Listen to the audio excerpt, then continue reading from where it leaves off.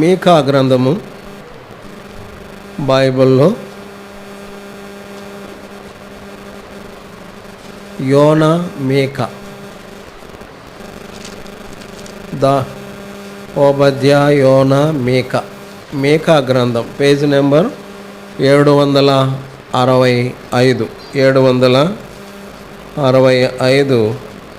మీకా గ్రంథము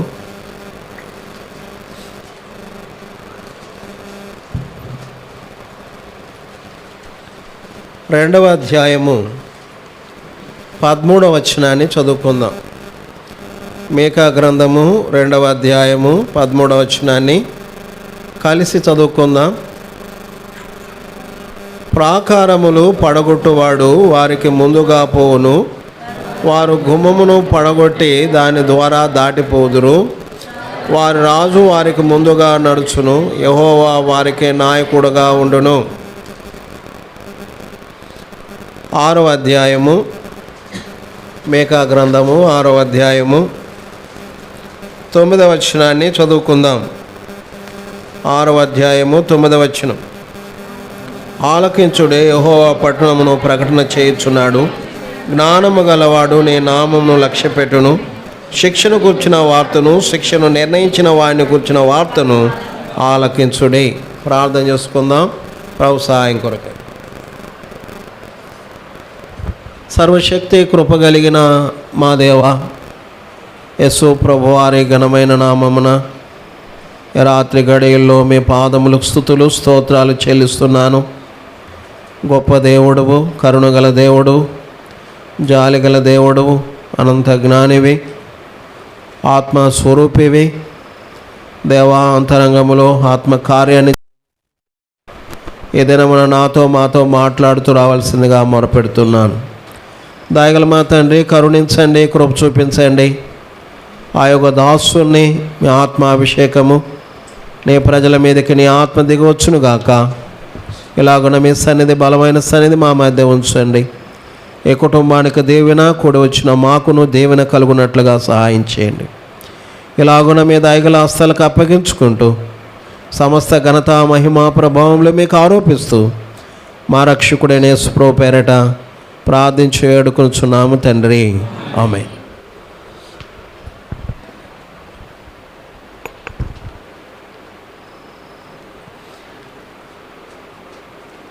కనుక ఈ బైబిల్ గ్రంథమును గూర్చి కొన్ని సంగతులు మనం తెలుసుకోవాలి. కనుక మరి ఇక్కడ ఈ లోకంలో మనుషులందరూ ఒకటే ఆకారంలో ఉన్నారు. ఎవరు కూడా ఒకరొక రకంగా, మరొకరు ఒక రకంగా లేదు. ఒకవేళ ముఖము యొక్క నిర్మాణము, ఆకృతి భిన్నంగా ఉన్నప్పటికీ ఇండోనేషియాలో ఉన్న వాళ్ళకి 3 కళ్ళు, మనకు 6 చెవులు, ఒకరికి ఒకే చెవి, అట్లేం నిర్మించబడలేదు. భూమి మీద ఉన్న ప్రతి మానవుడు కూడా వాతావరణాన్ని బట్టి నలుపో తెలుపో, వాతావరణాన్ని బట్టి కొంత మార్పులు జరిగినప్పటికీ మానవులందరూ కూడా 2 కళ్ళు, 2 చెవులు, 2 కాళ్ళు, ఈ నిర్మాణం అనేది ఎటువైపు వెళ్ళినా ఒకటే రీతిగా ఉన్నది. దీన్ని బట్టి మనం ఏమో అర్థం చేసుకోవాలంటే, భూమి మీద ఉన్న మానవులందరినీ నిర్మించిన దేవుడు ఒక్కడే అనే సంగతిని మనం అర్థం చేసుకోవాలి. మానవులందరినీ నిర్మించిన దేవుడు ఒక్కడే. కనుకనే మనం అందరము కూడా ఒకటే పోలికలో ఉన్నాం. కనుక పర్సనల్ ఐడెంటిఫికేషన్ కోసం వేలిముద్రలు కానీ, కన్ను కానీ, ముఖం యొక్క నిర్మాణము కానీ త్రుటిలో కొంత మార్పు చేసి ఏ ఒక్క వ్యక్తికి మరొక వ్యక్తికి పోలిక లేకుండా ఆశ్చర్యకరమైన నిర్మాణాన్ని దేవుడు చేశాడు. ఇది ఆయన యొక్క అనంత జ్ఞానానికి, ఆయన వైవిధ్యమైనటువంటి చేతుల యొక్క ప్రావీణ్యత మనకు అర్థమవుతుంది. కనుక ఇదంతా కూడా మనం ఆలోచించాలి. బైబిల్ చెప్తుంది, మనుషుల హృదయంలో శాశ్వత కాల జ్ఞానాన్ని ఉంచాడంట. ఆయనను దేవుడు భూమి మీద జరిగించే కార్యాలన్నీ కూడా పరిశీలనగా తెలుసుకోవడానికి అది సరిపోదంట. ఏది సరిపోదు? మన హృదయంలో ఉంచిన శాశ్వత కాల జ్ఞానం. కనుక మన జ్ఞానము దేనిని అనుసంధానం చేయబడిందిగా ఉండాలి అంటే శాశ్వత కాలానికి కొరకైనటువంటి యోచన మనం కలిగి ఉండాలి. మనము ఈ లోకానికి చెందిన వారంగానే ఈ లోకం యొక్క సుఖ సౌఖ్యాలు అనుభవించు మాత్రమే గతించిపోవడానికి దేవుడు మనల్ని నిర్మించలేదు. అందుకని అపోస్తలుడైన పౌలు కొరింథీ రాసిన పత్రిక 15వ అధ్యాయంలో 19వ వచనంలో ఒక మాట ఇలాగ రాశాడు. చదవండి ఆ మాట. ఈ జీవిత కాలం మట్టుకే మనము క్రీస్తునందు నిరీక్షించు వారమైన ఎడల మనుషుల అందరికంటే దౌర్భాగ్యులమై ఉందుము. ప్రియులరా, మనము దేవుని యొద్ద నుండి ఏది ఎదురు చూస్తున్నాం అంటే ఈ జీవిత కాలం మట్టుకే మనం దేవుని యొద్ద నుండి మేలు పొందాలి అనేటువంటి మనసును మనం కలిగిన వారమైతే బైబిల్ చెప్తుంది మనుషులందరికంటే మనము దౌర్భాగ్యులం. కనుకనే ప్రియులరా, మనము ఈ జీవిత కాలం మట్టుకే కాకుండా రాబో జీవితానికి కూడా మంచి పునాదిని మనం వేసుకోవాలన్నదే. అందునిమిత్తమే ఈ శాశ్వత కాల జ్ఞానాన్ని మన హృదయంలో దేవుడు ఉంచింది. కనుక మానవుల హృదయంలో ఉన్న జ్ఞానం దేవుడు జరిగించే కార్యాలన్నిటినీ పరిశీలనగా తెలుసుకోవడానికి అది సాలదు అన్నాడు కదా ప్రసంగి గ్రంథంలో. అందుకని సాలినటువంటి దైవజ్ఞానముతో నిండినటువంటి మాటలని ఆయన మనకిచ్చాడు. కనుక ఈ బైబిల్ గ్రంథం అనేది మానవ కల్పితం కాదు. ఇది దేవుడే వ్రాయించి ఇచ్చినటువంటి పుస్తకం. ఎలా నమ్మంటారు మమ్మల్ని అని మనం అనొచ్చు. కనుక ప్రియులరా, ఇందులో బైబిల్ గురించినటువంటి కొంత వివరణ. ఇందులో ఇది బైబిల్ గ్రంథం. ఇందులో ఇది ఒక గ్రంథం కాదు, ఇది 66 గ్రంథాల కలయిక. ఇది ఇందులో 66 గ్రంథాలు ఉన్నాయి. ఇందులో 2 భాగాలుగా చేస్తే క్రీస్తు పూర్వమని క్రీస్తు శకమని, క్రీస్తు పూర్వం రాయబడిన గ్రంథాలు ఉన్నాయి, క్రీస్తు శకములో రాయబడిన గ్రంథాలు ఉన్నాయి.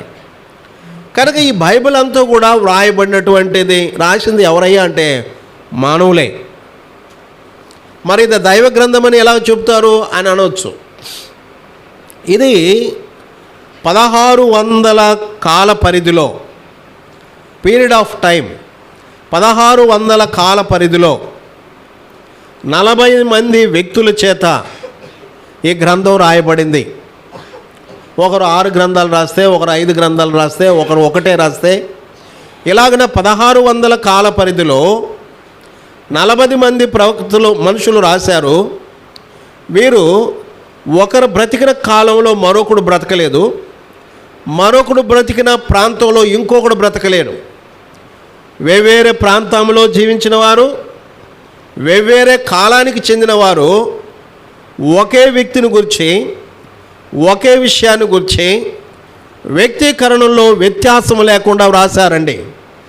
ఒక యాక్సిడెంట్ అయితే నేను చూస్తే ఒకలాగా చెప్తా, ఇంకొక అతను చూస్తే మరొకలాగా చెప్తాడు. లేదు లారీ డ్రైవర్దే తప్పు అంటే మరొకరు లేదు ఆటో అందే తప్పు అంటాడు. అంటే ఒకే యాక్సిడెంట్ను గురించి ఇద్దరు చూసినప్పుడు భిన్నాభిప్రాయాలు వ్యక్తం చేస్తారు. అయితే వేవేరే కాలాలలో వేవేరే ప్రాంతంలో ఒకరి ముఖం ఒకరు చూడకపోయినా, ఒకరు జీవించిన కాలంలో మరొకరు జీవించకపోయినా, పలు ప్రాంతాల్లో నుండి పలు కాలాల్లో బ్రతికిన వారు ఒకే సంగతిని గురించి, ఒకే విషయాన్ని గురించి వ్యక్తీకరణలో వ్యత్యాసం లేకుండా వ్రాస్తూ వచ్చారు. దీన్ని బట్టి ఏమర్థమవుతుందంటే ఇది దైవాత్మ ప్రేరేపిత లిఖిత గ్రంథం అని అర్థమైంది. అందుకనే పేతురు రాసిన పత్రికలో ఒక మాట కరాఖండిగా మనమందరం కూడా ప్రప్రథమముగా మనం ఎరగాల్సినటువంటి సంగతిని గురించి తాను మాట్లాడుతూ వచ్చినాడు. చూడండి, 2వ పేతురు రాసిన పత్రిక 1వ అధ్యాయము 20వ వచనం చదవండి. ఒకడు తన ఊహను బట్టి చెప్పుట వలన లేఖనములలో ఏ ప్రవచనమును పుట్టదని మొదట గ్రహించుకొనవలెను. ఒకడు తన ఊహను బట్టి ఊహించి రాసింది కాదు అంటున్నాడు ఇక్కడ.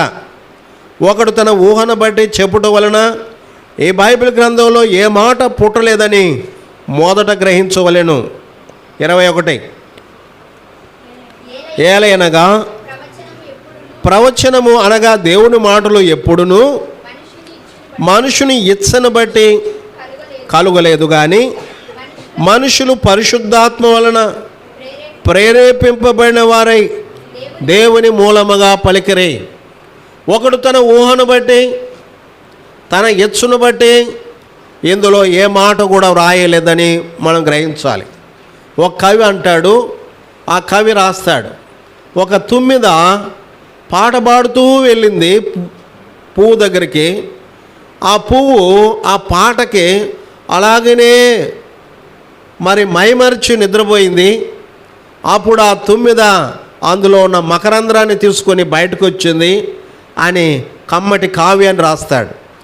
రాస్తే అబ్బా ఎంత దివ్యంగా, ఎంత మధురంగా, ఎంత బాగా రాశాడు అనిపిస్తుంది. అయితే అది ఊహను బట్టి, తన ఇచ్చును బట్టి, తన మేధాశక్తిని బట్టి రాసిన మాటలే కానీ వాస్తవంగా అలాగే ఏమీ కూడా జరిగి ఉండదు. కనుకనే ఇచ్చును బట్టి కలిగింది ఇతిహాసాలు, పురాణాలు ఉండవచ్చు. అయితే ఇది మాత్రము బైబిల్ గ్రంథం మాత్రం ఏమందంట, ఇది దేవుని ఆత్మచేత ప్రేరేపించబడి రాయబడినటువంటి గ్రంథం. ఈ గ్రంథాన్ని గుర్చినటువంటి ఉపోద్ఘాతం. కనుకనే ఇది దైవ గ్రంథం. అందుకని దీనిని మనము దేవుని వాక్యముగా దీనిని మనం చదువుకున్నప్పుడు, ఇది ఆలోచించినప్పుడు మనకు శాశ్వత కాలాన్ని గుర్చినటువంటి గ్రహింపు, తగు జాగ్రత్తలు తీసుకోవడానికి ఇది ఎంతో సహాయపడుతుంది. అందుకని ఈ దినముల్లో దేవోక్తి లేదు, దేవుని వాక్కు లేదు. ఒక మనుషుని హృదయంలో దేవుని వాక్యం లేదు, కుటుంబాల్లో దేవుని వాక్యం లేదు, గ్రామాల్లో, రాష్ట్రంలో, దేశంలో, ప్రపంచంలో దేవుని వాక్యానికి చోటు లేదు. ఏ చోట అయితే దేవుని వాక్యానికి చోటు ఉండదో ఆ చోట నెమ్మది ఉండదు. దేవోక్తి లేని ఎడల జనులు కట్టులేక తిరుగుదురు. కట్టులేక అంటే మన సంతలో చూస్తాం, బాగా బలిచిన ఎద్దు ఉంటుంది, దానికి ముక్కు తాడు ఉండదు, దాని మెడకు తాడు ఉండదు, తనకి ఏమీ ఉండదు. అది నేకెడ్గా బలిసిందిగా కంట్రోల్ లేకుండా తిరుగుతూ ఉంటుంది. ఎప్పుడైతే ముక్కు తాడు ఉంటుందో అది అదుపు చేయబడుతుంది, అది కంట్రోల్ చేయబడుతుంది. కనుకనే మానవుడు ఈ దినమున మానవుని అదుపు చేయగలిగిన, క్రమపరచగలిగిన, దిద్దగలిగిన దేవుని వాక్యానికి మానవ హృదయంలో చోట్లేదు. ఆ కారణం చేతనే ప్రతి వాడును తన ఇష్టానుసారంగా జీవిస్తున్నాడు. తన దృష్టికి తన యొక్క ఆలోచన, తన యొక్క ప్రవర్తన సరిగానే ఉంటుంది. బైబిల్ చెప్తుంది, తన ఎదుట చక్కగా అగుపడు మార్గము తుదకది మరణమునకు నడుపును. ప్రతి వానికి తన కంపు తనకింపే. అవునమ్మా, తన కంపు, మన కంపు ఎంత ఉన్నా కానీ అదేం మనకు అర్థం కాదు. ఎందుకని మనం రొటీన్గా అలాగనే ఉంటాం కనుక దానికి మనం అడ్జస్ట్ అయిపోయినాం. పక్కన వాడు చెప్తే తప్పని తెలీదు మన కంపు. కనుక దేవుని వాక్యం కాడికి మనం వచ్చినప్పుడు ఇది చదువుతున్నప్పుడు నేను ఆ వాస్తవికత జీవితం నైజం మనకు అర్థమవుతుంది. కానీ ఇది చాలా ప్రాముఖ్యమైంది. అందుకనే మనం లోకంలో చూస్తే అందరూ కూడా తెలియని ఒక అయోమయములో, అర్థం కాని నెమ్మది లేని స్థితిలో, ఏదో తెలియని పోరాటంలో, ఏదో పోగొట్టుకున్నట్లుగా, ఏదో రాబోతున్నటువంటి విపత్తును తలంచుకొని స్తంభించిపోయి ఎటు దోచుక అలమటిస్తున్న వాళ్ళుగా పైకి అదిలించి ఎరా అంటే బాగున్నా అంటున్నారే కానీ పేరుకి లోపట మాత్రం చాలా నెమ్మది లేని స్థితిలో ఉన్నారు. అందుకొరకై దేవుని వాక్యాన్ని ప్రకటించడం కానీ వినడం కానీ చాలా అవసరం. ఎందుకంటే నెమ్మదిగా ఉండడానికి దేవుని మాటలే మూలం. ఏ మాటలు వినగలిగితే అయోమయములో ఉన్నటువంటి లోకంలో బ్రతుకుతున్న నీకు నాకు గొప్ప నెమ్మది కలుగుతుందండి.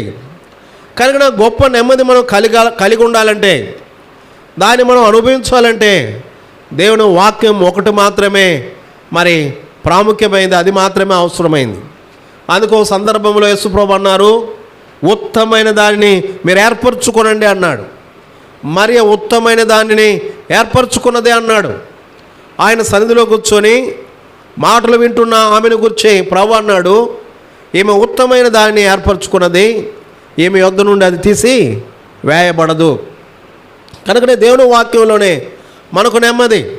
కనుకనే ప్రియులరా, అందుకనే 24 సామెతల గ్రంథం 20 వచనంలో ఒక మాట ఉంది చూడండి. 24:20 సామెతల గ్రంథం 24:20 తీసిన వారు వెంటనే చదవండి. దుర్జనునికి ముందుగతి లేదు, భక్తిహీనుని దీపము ఆరిపోవును. కనుక ఒక దుర్జనుడు వానికి ముందుగతి లేదంట, వాని దీపం ఆరిపోతుందంట. కనుక ప్రియుల ఈ లోకంలో మరి ఎవరు దుష్టులు కాదు అని మనం అనగలిగితే దేవుని వాక్యం చెప్తుంది. నా మటుకు నేను అనుకుంటా, నేను అనేక దినములుగా అనేక సంవత్సరాలుగా నేనేమనుకుంటే నేను చాలా మంచోని అనుకున్నా. నా భావనకు అనుసరించే మా గ్రామంలో కూడా అనేకులు నన్ను గురించి చెప్పిన మాట ఏంటంటే, చాలా మంచి పిల్లోడు, చాలా మంచివాడు, ఎవరు జోలికి వెళ్ళడు అని వాళ్ళు కూడా ఆ మాట అన్నారు. కనుక నన్ను గురించి నేను అనుకున్నది వాస్తవమే. కనుక వీరు కూడా అంటున్నారు కనుక మరింత దృఢ నమ్మకం కలిగింది నా మీద. నాకు ఎలా కలిగింది? నాకు నేను మంచివాడిగా ఎంచుకున్నా, ఆ తర్వాత పొరుగువారు కూడా మంచివాడు అంటున్నారు కనుక నేను మంచివాడిని అని నిర్ధారణలోకి వచ్చిన. కనుక దేవుని వాక్యం చెప్తుంది, మానవుడు బాల్యము నుండి వాని హృదయాలోచనలు చెడ్డవంట. ఆదికాండం 8వ అధ్యాయము 21వ వచనం త్వరగా. అప్పుడు యెహోవా ఇంపైన సువాసన ఆగ్రహించి ఇక మీదట నరులను బట్టి భూమిని మరలా శపించును. ఎందుకనగా నరుల హృదయాలోచన వారి బాల్యము నుండి చెడ్డది. నేను ఇప్పుడు చేసిన ప్రకారం ఇక్కడ సమస్తమును జీవమును సంహరింపను. ప్రియులరా, బాగా గమనించాలా, నరుని హృదయాలోచన వారి బాల్యము నుండి చెడ్డది. వాడేందన్న పిల్లోడు, వానికి ఏం తెలుస్తుంది? ఆ చిన్నపిల్లకి ఏం తెలుస్తుంది అని అంటాం. దేవుని వాక్యం అబద్ధం కాదు, సత్యం. దేవుని వాక్యం చెప్తుంది వారి బాల్యం నుండి చెడ్డది. కనుక నన్ను మా వదిన మంచోడు అన్నది కనుక, ఈమె అన్నది కనుక ఆమె ఎదురుగా నేను మంచిగానే ఉండడానికి ప్రయత్నం చేస్తా. మా బంధువు ఒక ఆయన నన్ను మంచోడు అన్నాడు కనుక, ఓహో వీళ్ళు నా మీద మంచి అభిప్రాయం కలిగి ఉన్నారు కనుక నేను మంచిగానే ఉండడానికి ప్రయత్నం చేయాలనుకుంటా. ఎక్కడైనా నా నైజాన్ని బట్టి నేను తప్పు చూస్తే, అరే నన్ను మంచి అన్న వాళ్ళకి ఈ నన్ను కూర్చున్న ఈ చెడు కార్యం తెలియకూడదు అని జాగ్రత్త వహిస్తా. ఇది మానవ నైజం. కనుకనే మనము బాల్యము నుండి చెడది ఎలాగ చెడదంట 6వ అధ్యాయం, ఆదికాండం 6వ అధ్యాయం 5వ వచనం. 6వ అధ్యాయం 5వ వచనం. నరుల చెడుతనము భూమి మీద గొప్పదనియు వారి హృదయముల యొక్క తలంపులలోని ఊహ అంతయు ఎల్లప్పుడూ కేవలము చెడ్డదని చిన్న పిల్లలు కూర్చొని మమ్మీని ఎట చంపాలో తెలుస్తుందా, ఎట చంపాలో ప్లాన్ చేద్దామని అన్నాడు. చిన్న పిల్లలు మమ్మీని ఎట చంపుదామో ప్లాన్ చేస్తుంటే ఆ సంగతి వింటే అమ్మో ఏంది ఆలోచన అంటే ఇదొక్కటి బయటపడింది పాపం. అయితే ఎన్ని తలంపులు ఉన్నాయో వాటన్నింటిని చూడగలిగిన ప్రభు చూసినప్పుడు ఓయమ్మో నరుల ఆలోచన భూమి మీద చాలా గొప్పది, ఆశ్చర్యాన్ని కలిగించి విభ్రాంతికి లోనయ్యేటువంటి సంగతి దేవునికి ఒకటే ఆయన ఏంటది? మానవుని హృదయ ఆలోచన బాల్యం. కనుక నాకు ఒక హృదయ ఆలోచన వచ్చింది బాల్యంలో. దాన్ని జరిగించడానికి తగిన ప్రాయం లేదు, తగిన శక్తి లేదు. దాన్ని జరిగించి దాచుకోవడానికి తగిన జ్ఞానం లేదు. అందుకని ప్రాయం కొరకు ఎదురు చూస్తూ వస్తాడు. కనుక ప్రాయం లేదు, శక్తి లేదు కనుకనే ఆలోచన ఉన్నప్పటికీ దాన్ని చేయకుండా భయముతో గడుపుతాడు పిల్లోడు. ఒక ప్రాయం వచ్చిన తర్వాత ఇప్పుడు నేను చేయగలను, చేసి కూడా ఎవరి కంట కనపడకుండా దాన్ని దాచుకోగలను అని తన మీద తాను నమ్మకం ఏర్పడినప్పుడు దాన్ని ఏం చేస్తాడు? దాన్ని జరిగిస్తాడు. ఇది మానవుని గురించినటువంటి వాస్తవికమైన సంగతి. కనుక నరుని హృదయం ఎలాంటిదంటే చూడండి, నరుని హృదయం ఎలాగుందంట? భక్తిహీనునికి దుర్జనునికి ముందుగతి లేదు. బైబిల్ ఏం చెప్తుంది చూడండి, ఎలాగుందంట మానవుని హృదయం ఎలాగుందంటే మొట్టమొదట దేవుని గ్రంథం మోయబడింది, పైన పావురం ఎగిరిపోతూ ఉంది. అంటే దేవుని వాక్యానికి చోట్లేదు, కనుకనే దైవశాంతి లేదు. ఈ హృదయంలో మొట్టమొదట చీకటి ఉంది, అంటే పాపం ఉంది, దైవ జ్ఞానం లేదు, చీకటి ఉంది. అందుకని చీకటి ఉంటే ఏమవుతుంది? చీకటి యొక్క భయంకరత్వం చాలా భయంకరమైంది. ఈ భౌతిక చీకటి దేన్ని తెలియజేస్తుందంటే ఆధ్యాత్మికంగా హృదయంలో ఉన్న అంధకారాన్ని గూర్చి ఈ భౌతికమైన చీకటి మనకు తెలియజేస్తుంది. ఈ భౌతికమైన చీకటిలో ఏం చేయలేం.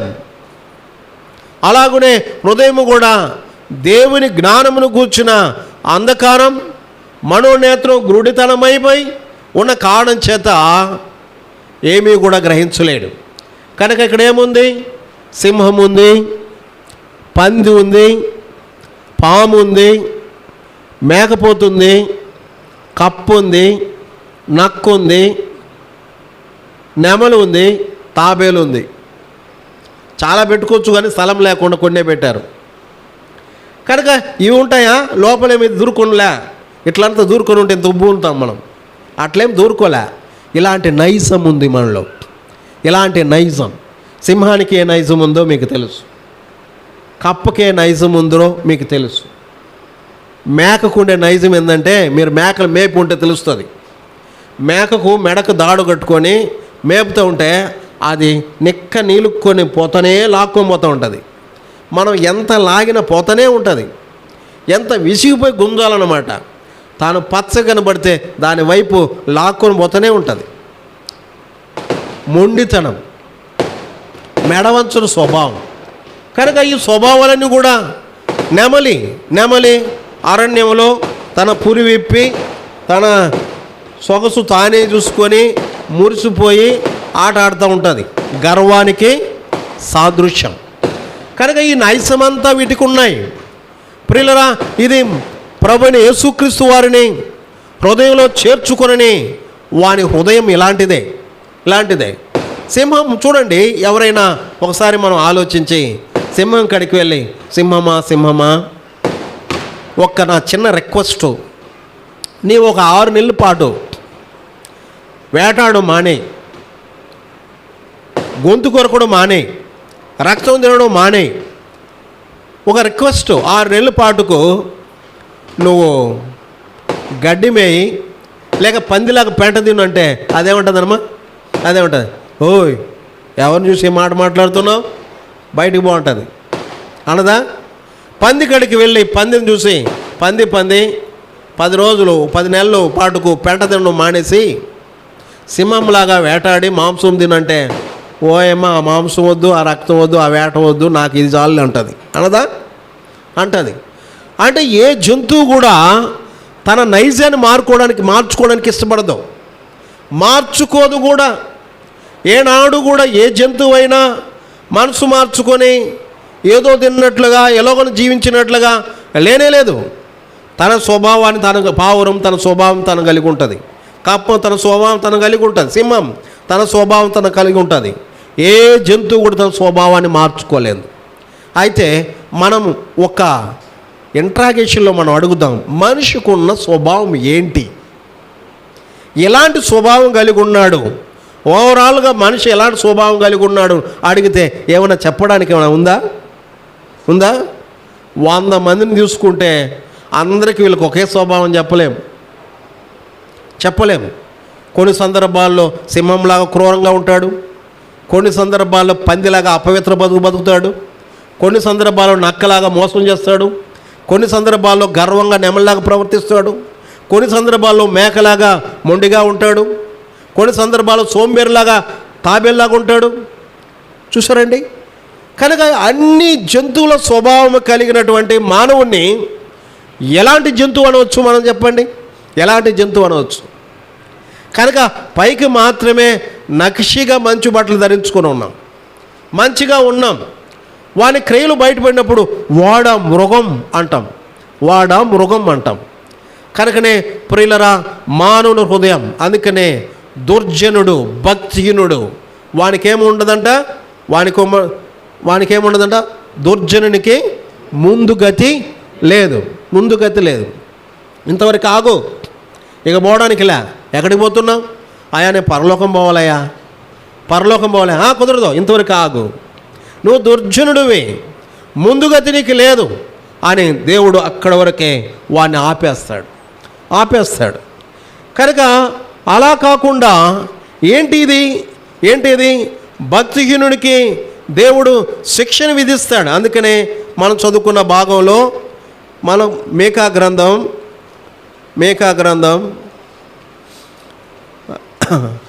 6వ అధ్యాయము ఎన్నో వచనం చదవండి. ఆలకించుడి, యెహోవా పట్టణమునకు ప్రకటన చేయుచున్నాడు, జ్ఞానము గలవాడు నీ నామమును లక్ష్యపెట్టును, శిక్షను గూర్చిన వార్త, శిక్షను నిర్ణయించిన వానిని గూర్చిన వార్తను ఆలకించుడే. ప్రియులరా, అద్భుతకరమైన మాట ఇది. ఏ మాట గుర్తుపెట్టుకోండి, చాలా అద్భుతకరమైన మాట. ఆలకించుడే, యెహోవా పట్టణమునకు ప్రకటన చేయుచున్నాడు.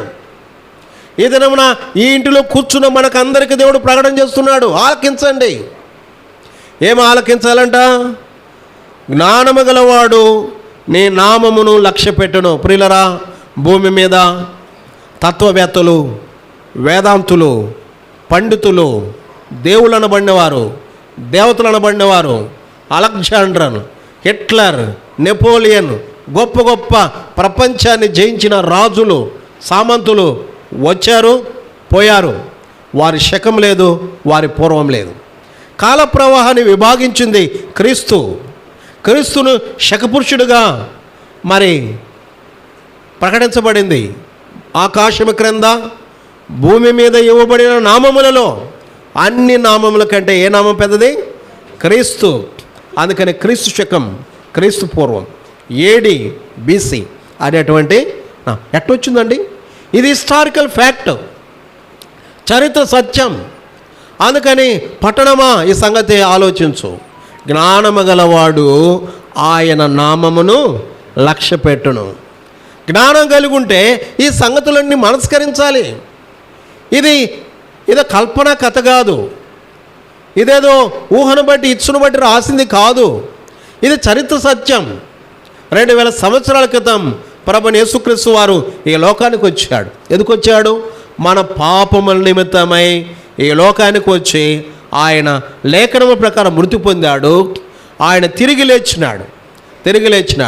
40 దినములు భూమి మీద ఉండి ఇదిగో నేను సజీవుడనని రుజువులతో పాటు ఆయన రుజువుపరుచుకున్నాడు.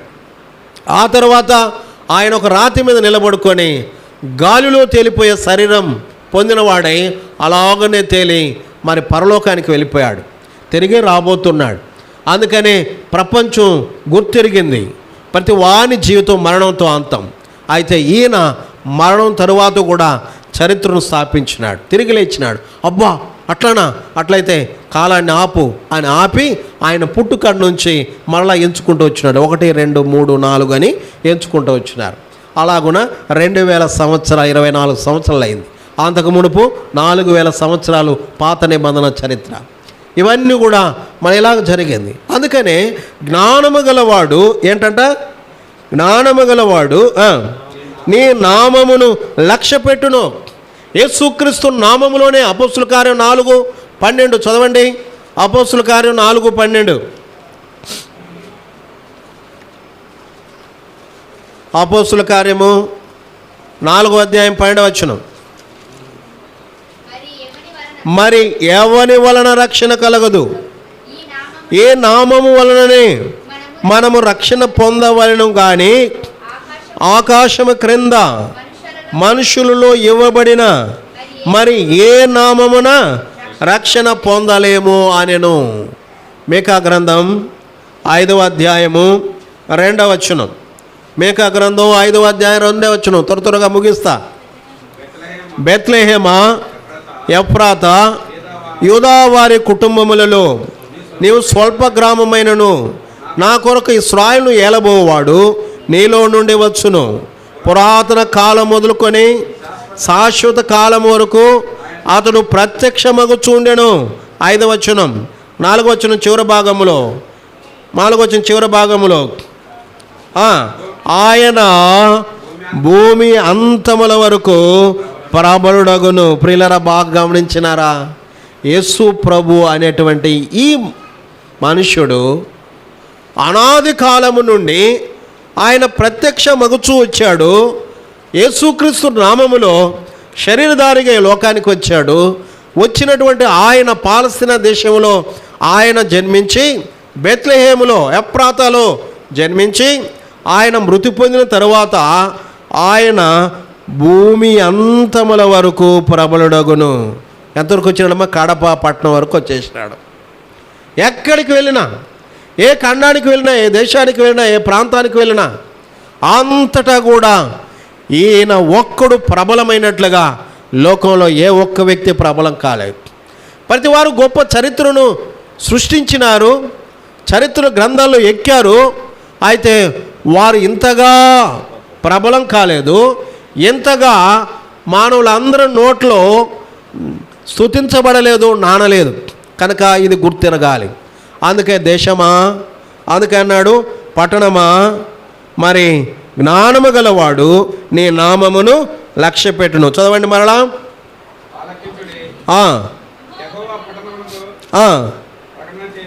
జ్ఞానము గలవాడు లక్ష్యపెట్టును. చూడండి, శిక్షను గురించిన వార్త, శిక్షను నిర్ణయించిన వాని వార్త గూర్చిన వార్త ఆలకించుడు. అద్భుతకరమైన మాట.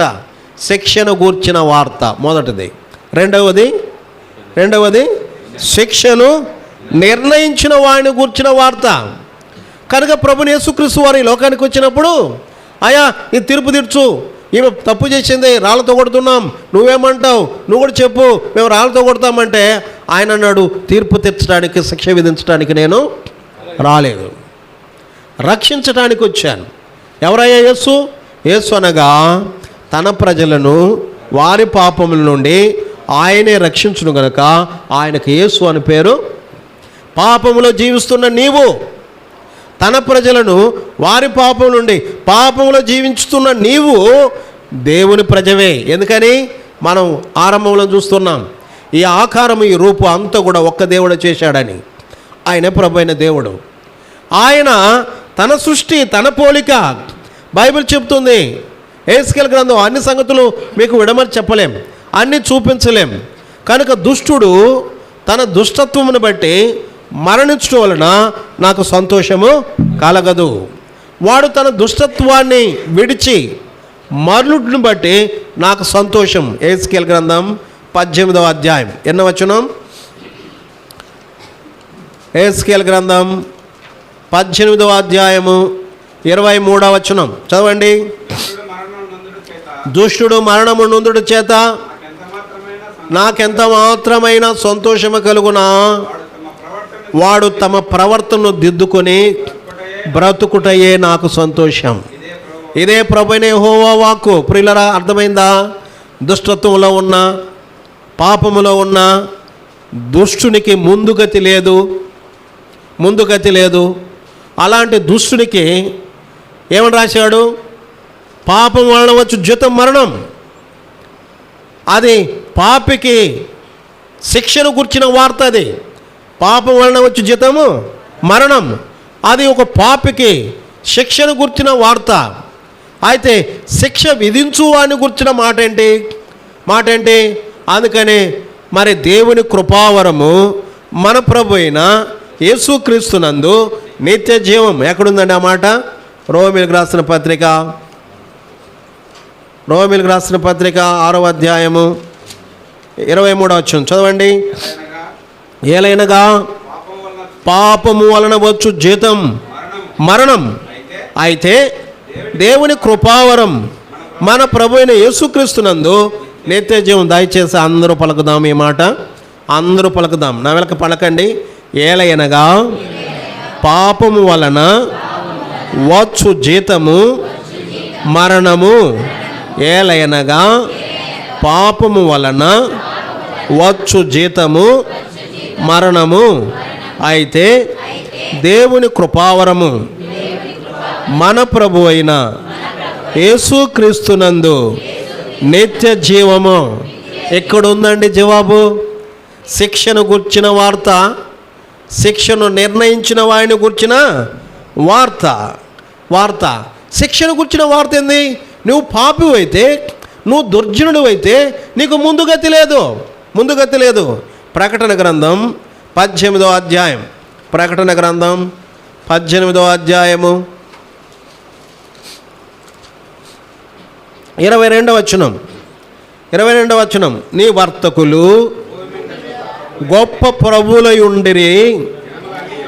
ఒక్కరు చదవండి అన్న. నీ వర్తకులు భూమి మీద గొప్ప ప్రభువులై ఉండిరి. జనములన్నీ నీ మాయా మంత్రముల చేత మోసపోయిరి. కావున వైనికుల యొక్కయు గాయకుల యొక్కయు పిల్లను గ్రోవి ఊదువారి యొక్కయు బోరలు ఊదువారి యొక్కయు శబ్దము ఇక ఎన్నడను నీలో వినబడదు. ఏంటి ఇది అర్థం? దుర్జనుకి ముందుగతి లేదు. వాని పెద్ద వర్తక వ్యాపారమే ఉండొచ్చు, గొప్ప ఐశ్వర్యమే ఉండొచ్చు, వారి ఇంట్లో గొప్ప గొప్ప ఆఫీసర్లే ఉండొచ్చు, గొప్ప ప్రభువులే ఉండొచ్చు.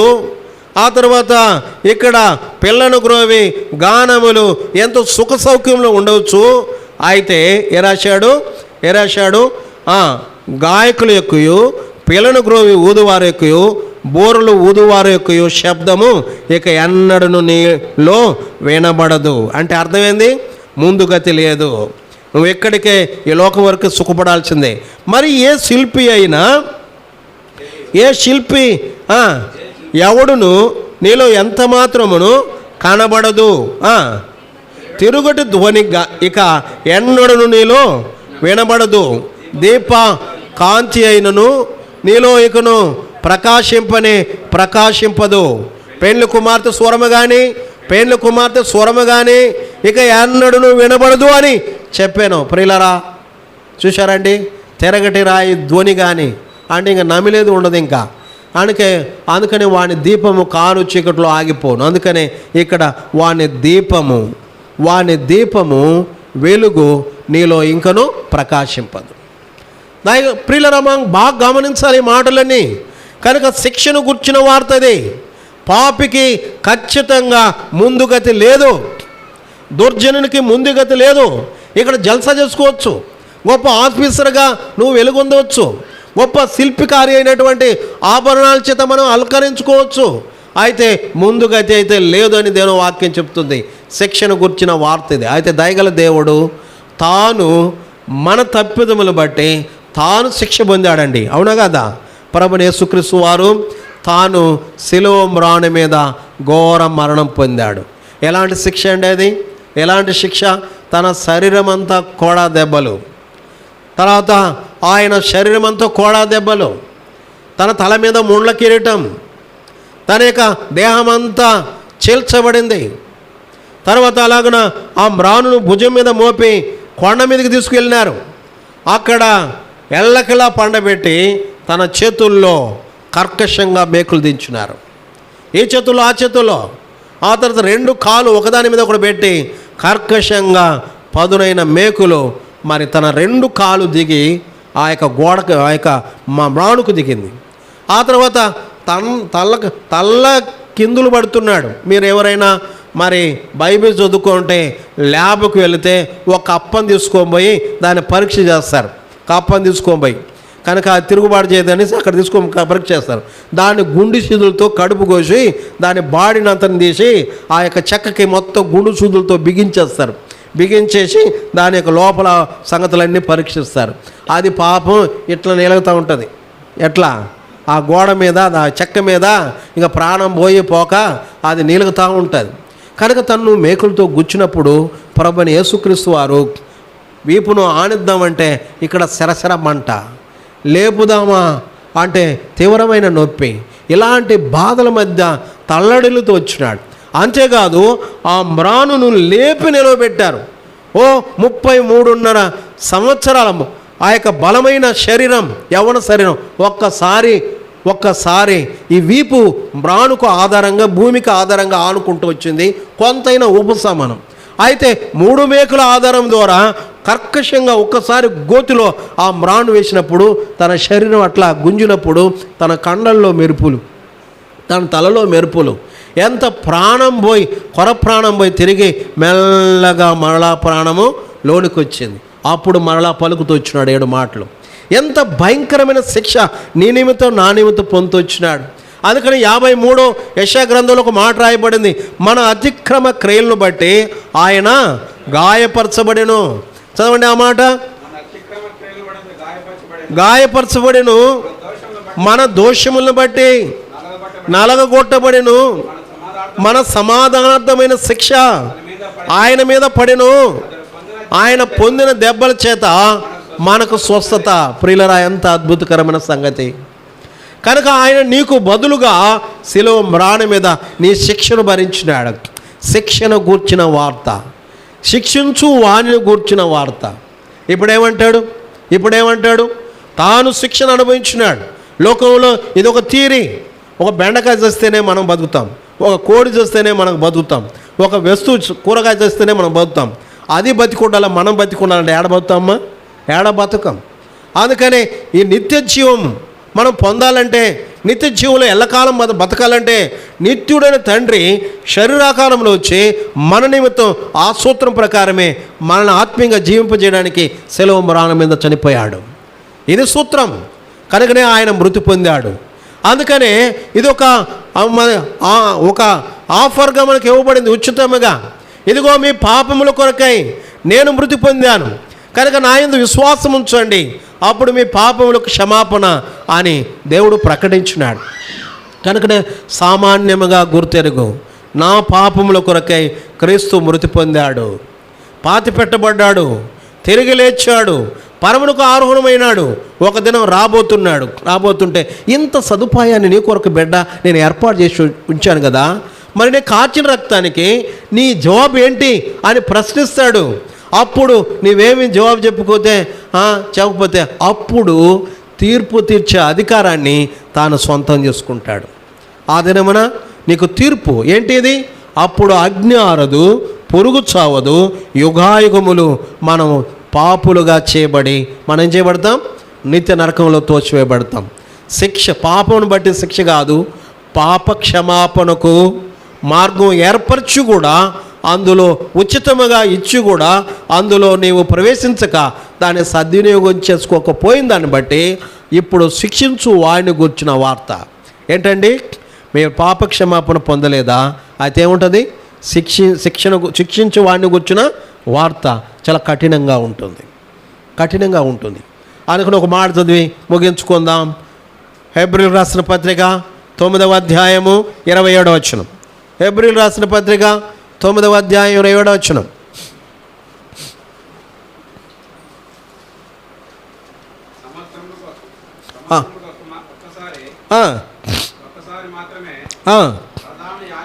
కాదయ్యా, మనుషులు ఒక్కసారే మృతి పొందవలెను అని నియమింపబడిను, ఆ తర్వాత తీర్పు జరుగును. కనుక ఇప్పుడు మనం చదువుకున్న మాటకు వద్దాం.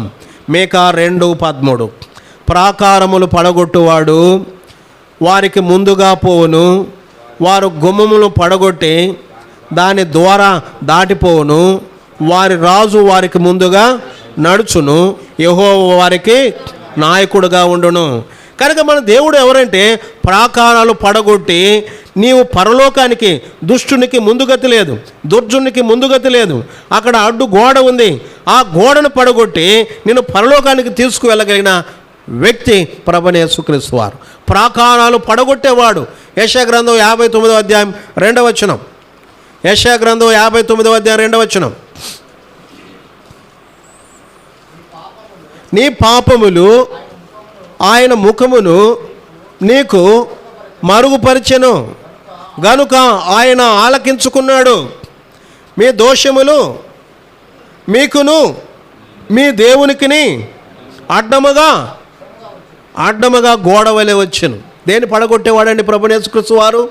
తన శిలువ రక్తం చేత సంధి చేసి మనకును దేవునికిని ఉన్న మధ్యలో ఉన్న ఆ పాపమనే అడ్డుగోడను కూల్చి మనకు ముందు గతిని, నిత్య జీవాన్ని ఆయన సరళం చేసి పెట్టాడండి.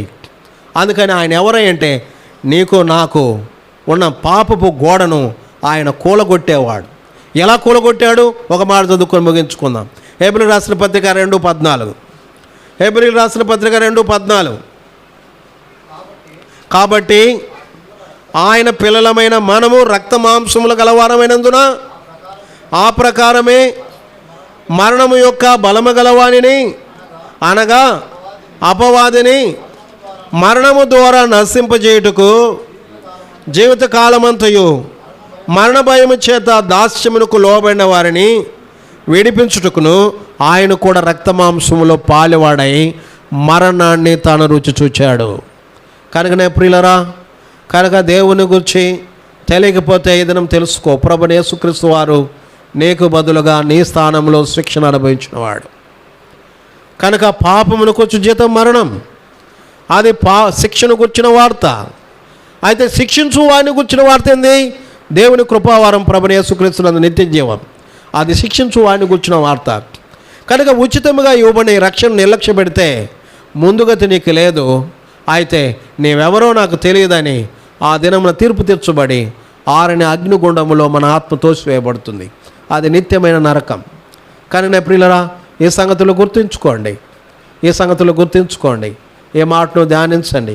ఇంకా ఎక్కువగా మీరు తెలుసుకోవాలని మేము ఆశపడుతున్నాం. ఇది అందరూ తప్పక తెలుసుకోవాల్సినటువంటి సత్యాలు ఇవే. అందుకనే ఇక్కడ అశోక్ నగర్లో, కడప దగ్గరగా అశోక్ నగర్లో రైట్ సైడు దేవుని మందిరం ఉంది, యెహోవా షమ్మా ప్రార్థనా మందిరం. ప్రతి ఆదివారం 9:30 గంటల నుంచి 12:30 వరకు, సాయంత్రం 7 గంటలకి, ఆ తర్వాత మంగళవారం సాయంత్రం 7 గంటలకి, బేస్తవారం సాయంత్రం 7 గంటలకి, శుక్రవారం ఉదయం 10 గంటల 10:30కి ఇలాగ ప్రార్థనలు దేవుని వాక్యం వివరించడం జరుగుతుంది. వచ్చి మీరు ఆత్మీయ మేలు పొందండి. అంధకార సంబంధమైన లోకంలో ఉన్నాం, అందులంగా ఉన్నాం. కనుక సత్యవాక్యమే మన మనోనేత్రాన్ని వెలిగిస్తుంది. కనుక వచ్చి ఆత్మీయ మేలు పొందండి. ఎంతో చెప్పాలని ఆశ ఉంది, కానీ మరి సమయం కాదు, సమయం సరిపోదు. కనుక అన్నీ ఒకేసారి మనం అర్థము చేసుకోలేం. కనుక ఈ సంగతులు గుర్తుపెట్టుకోండి. ప్రభు వైపు మనం తిరుగుదాం. భక్తిహీన హృదయం ఇలాగుంటుంది, నెమ్మది ఉండదు. అయితే ప్రభు శిక్షను కొట్టివేసినాడు. తండ్రి బాగా అర్థం చేసుకోండి. వ్యాధి మనల్ని అడిగి అంటుకోదు. అయితే వైద్యం మనం వెళ్ళి అడిగి దాన్ని ఆస్వాదించాలి. అనారోగ్యం ఎప్పుడు కూడా మనల్ని అడిగి అంటుకోదు. అయితే వైద్యం కాడికి మనం వెళ్ళాలి, మన వ్యాధి చెప్పాలి, ఆ తర్వాత ఔషధం తీసుకోవాలి, వినియోగించాలి. అందుకే బైబిల్ చెప్తుంది, మనము పాపులము కాము అనుకుంటే మనల్ని మనమే మోసపరుచుకుందాం. మనలో సత్యం ఉండదు. మన పాపములను మనం ఒప్పుకునే యెడల, ఆ మాట చదువుకొని ముగించుకుందాం. మొదటి యోహాను పత్రిక 1వ అధ్యాయము 9వ వచనం. నా వెనక పలకండి. మన పాపములను మనము ఒప్పుకొని యెడల ఆయన నమ్మదగిన వాడును నీతిమంతుడును గనుక ఆయన మన పాపములను క్షమించి సమస్త దుర్నీతి నుండి మనల్ని పవిత్రులుగా చేయను. అదండి, యేసు రక్తం ప్రతి పాపం నుండి కడిగి మనల్ని పవిత్రులుగా చేయను. ఆయన రక్తం చిందించబడింది, అది నేటికి సజీవమై ప్రవహిస్తుంది.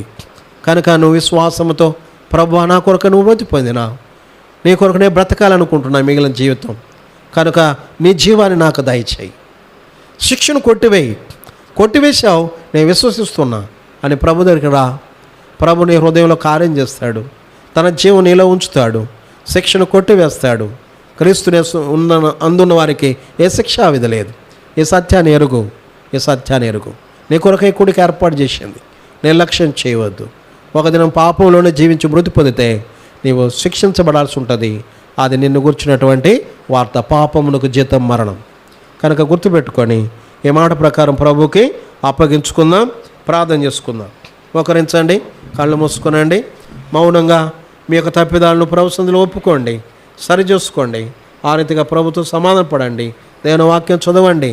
దేవుని వాక్యాన్ని మందిరంలో వచ్చి ఇంకా తేటగా నేర్చుకోండి. అది మీకు, మీ కుటుంబానికి ఎంతో గొప్ప ఆశీర్వాదం. ఏదో ఆటంకాలు పెట్టుకోవద్దు, ఏదో సంశయాలు పెట్టుకోవద్దు, ఆ కులం ఈ కులం అనుకోవద్దు. అన్ని కులాల వారు దేవుని నమ్ముకున్నారు, అన్ని మతాల వారు సత్యాన్ని గ్రహించినారు. కనుక ఇవన్నీ ఆధారం చేసుకో. కనుక దేవుని ఇంటికి రండి, ప్రార్థన చేద్దాం. ఈ కుటుంబం కొరకై ఇద్దరు ప్రార్థన చేయండి, తర్వాత ముగించుకుందాం. ఆల్ఫ్రెడ్ గారి కుటుంబం కొరకై, ఎస్ఆర్ఎఫ్ కుటుంబం కొరకై ఇద్దరు ప్రార్థన చేయండి. వారి పిల్లలు, వారి క్షేమం, వారి కుటుంబ క్షేమం కొరకై ఇప్పుడు వచ్చిన ఎవరు బిడ్డల కొరకు కూడా ప్రార్థన చేయండి. పరలోక తండ్రి, పరిశుద్ధ దేవ, మా ప్రభు యేసుక్రీస్తు పరిశుద్ధ నామములో ఈ రాత్రి సమయంలో మా తండ్రి మీ దాసుడు సహోదరుడు ఆల్ఫ్రెడ్, సహోదరి ఎస్తేరు వారి గృహంలో ప్రవేశించుటకు, వారి గృహాన్ని ఆధారం చేసుకుని మీ మాటలు తెలియజేయుటకు మీరు మాకు అనుగ్రహించిన ఈ సమయాన్ని బట్టి మీకు స్తోత్రములు. దయగల దేవా, కృపగల తండ్రి, మీకా 6వ అధ్యాయం 9వ వచనం ద్వారా మీరు మాట్లాడుతున్న మాటలను బట్టి స్తోత్రములు. జ్ఞానము గలవాడు నీ నామమును లక్ష్యపెట్టునని సెలవిచ్చిన మాటను బట్టి స్తోత్రం చెల్లిస్తున్నాం. భూమి మీద మానవుడు జ్ఞానము లేనివాడుగా ఉంటున్నాడు, సత్యాన్ని గ్రహించలేనివాడుగా ఉంటున్నాడు, అసత్యాన్ని సత్యంగా భావించేవాడుగా ఉంటున్నాడు. మా తండ్రి, ఎందుకే సత్యాన్ని గ్రహించాలని మరి ఇక్కడున్న ప్రజలందరూ కూడా, మా తండ్రి ఈ కాలనీలో ఉన్న ప్రజలందరూ కూడా నిజదేవుడు నిత్యజీవ మార్గం ఎరగాలని మీరు ఏర్పాటు చేసిన ఈ కూడికను బట్టి స్తోత్రములు. దయగల దేవా, భూమి మీద మానవులందరూ కూడా ఒకే ఆకారంలో ఉంటున్నారు, ఒకే రీతిగా ఉంటున్నారు. మరి ఆయా వాతావరణాన్ని బట్టి రంగు భేదాలు ఉంటున్నాయి, కానీ మానవులందరూ కూడా ఒకే మా తండ్రి రూపంలో ఉంటున్నారనే విషయం మీ దాసుని ద్వారా మీరు బయలుపరుస్తూ వచ్చినందుకే స్తోత్రములు. దీన్ని బట్టి దేవుడు ఒక్కడే అనే సత్యాన్ని గ్రహించాలని మీరు జ్ఞాపకం చేస్తూ వచ్చినాడు. మా తండ్రి, మరి మానవులందరినీ కలుగు చేసిన దేవుడు ఒకడే, ఆయనే ప్రభువైన యేసుక్రీస్తు అనే సత్యాన్ని మీరు జ్ఞాపకం చేస్తూ వచ్చినందుకే స్తోత్రములు. మానవులు భూమి మీద తండ్రి మరి మన బాల్యం నుండి వారి చెడుతనం కలిగి ఉన్నారని మీ లేఖనాల ద్వారా మీరు తెలియజేస్తూ వచ్చినారు. నరుని హృదయం మా తండ్రి మరి బాల్యం నుండి చెడ్డది. మా తండ్రి సత్యాన్ని, దేవుని గ్రహించలేక చెడు కలిగిన వాడై పాపంలో జీవిస్తూ దేవునికి దూరస్తుడైనాడు. అయితే ప్రభువైన యేసుక్రీస్తు మానవుడిగా నరుడిగా భూలోకానికి వచ్చి మరి మానవుడి నిమిత్తమై ఏ పాపం లేనివాడుగా జీవించి మానవులందరి నిమిత్తము పరిశుద్ధమైన పావనమైన తన రక్తాన్ని కార్చినాడని ఆ రక్తం ద్వారా మానవునికి పాప క్షమాపణ ఏర్పాటు చేయబడిందని మా తండ్రి సెలవిచ్చిన మాటలను బట్టి స్తోత్రములు. దయగల దేవా, పాపంలో